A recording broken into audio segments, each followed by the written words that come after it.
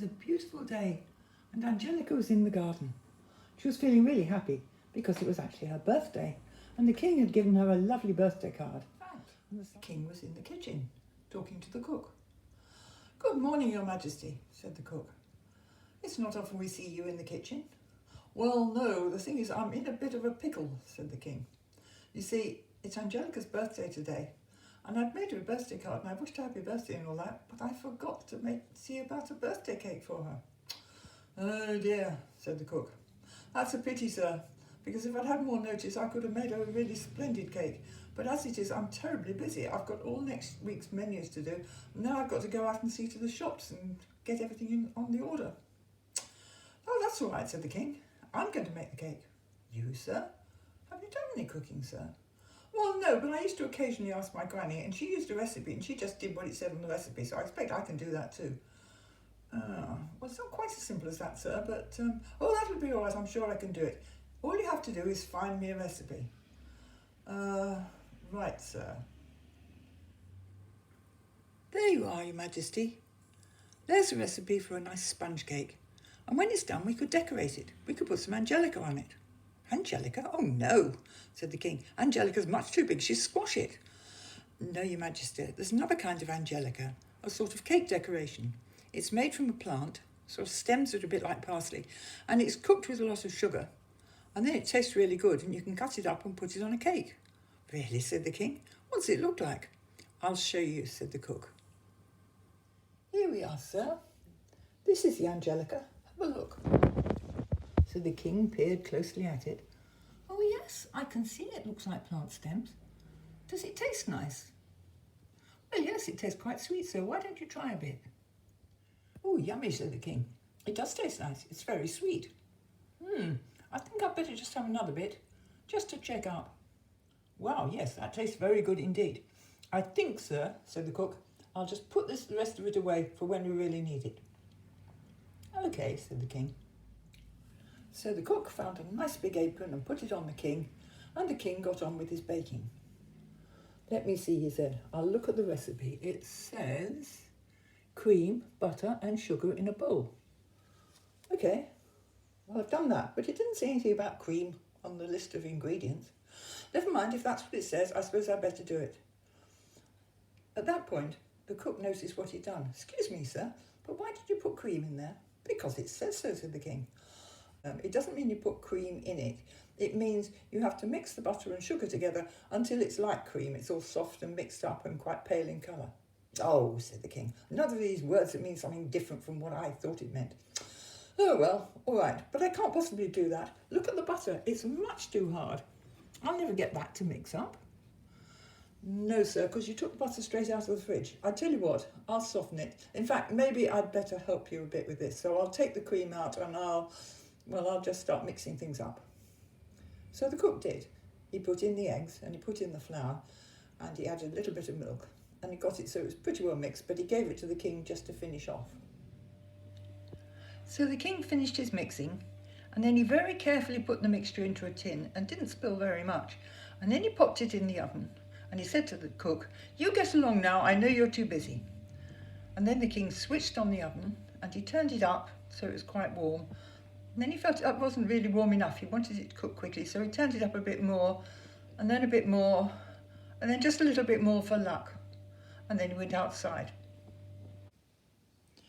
So the king went and found Angelica, and they had a pleasant time chatting for a bit and looking at all the new plants that Angelica was putting in, when they both started sniffing. "Can you smell anything?" asked Angelica. "Yes," said the king. "Have you been having a bonfire?" "No," said Angelica. "I haven't had a bonfire for ages." "It doesn't smell like a gardeny sort of smell." "No," said Angelica. "It smells more like a kind of kitchen smell." "What?" said the king. "My cake! My cake!" "Oh, my goodness, Your Majesty. I think I can see some smoke. It seems to be coming from the kitchen." "Are you sure?" "What? Oh, my goodness. I think it is. There seemed to be quite a lot of smoke." "Oh, my goodness," said the king. "Oh, my house is on fire. The kitchen's on fire." The king rushed to get into the palace to do something about it, but Angelica caught his hand. "No, sir, you mustn't do that. You must never, never, never go back into a burning building. The fire engine will come soon. Listen, the smoke alarm's going off." He listened, and sure enough,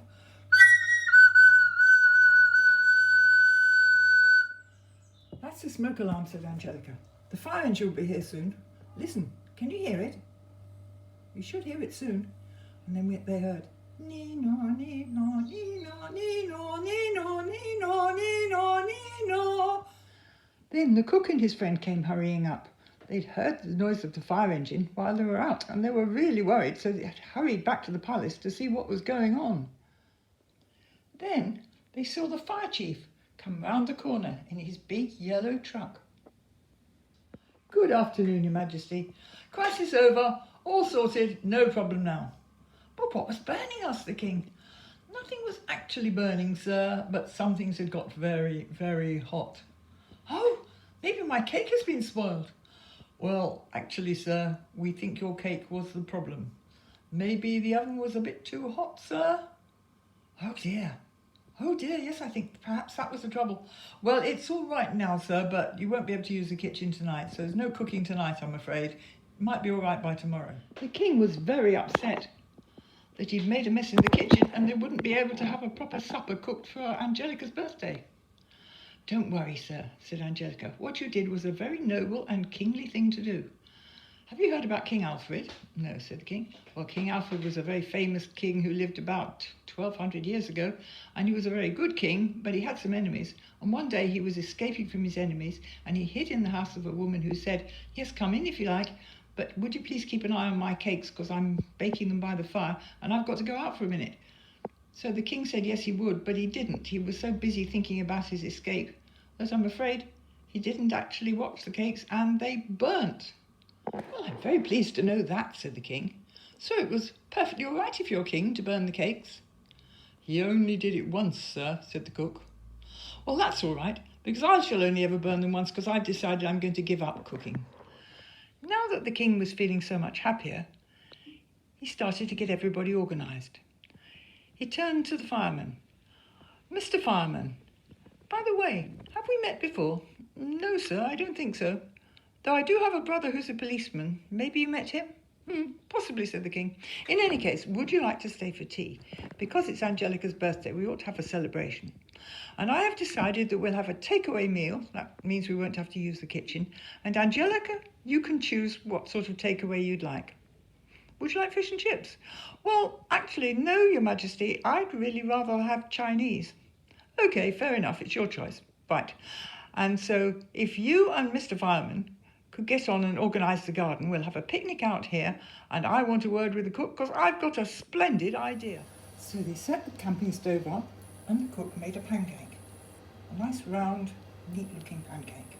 And when he'd done it, he took it off the stove, and he gave it to the king, and the king spread it with chocolate spread. And then the cook made another one, and they put that on top, and the king spread chocolate spread on top of that. And then they did another one, until they had a pile of sandwiches, all stuck together with chocolate spread. And then on the top, they put some icing, and on top of that, they made a lovely big green A for Angelica. Lots of Angelica. "Wow," said the king. "I'm rather pleased with that." "You've done very well, sir," said the cook. So they ate their Chinese takeaway and really enjoyed it, and then the cook and his mate brought in the cake with the big A for Angelica on it. And Angelica was thrilled. "Oh, Your Majesty, this is the most exciting birthday I've ever had. With the place going on fire and then this wonderful cake. You are so clever, Your Majesty."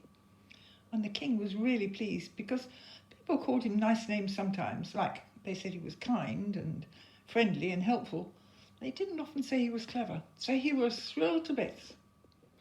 So they ate up the cake, and then, as it got darker, the lanterns in the palace gardens came on, and they stood around talking and saying to each other what an interesting day it had been.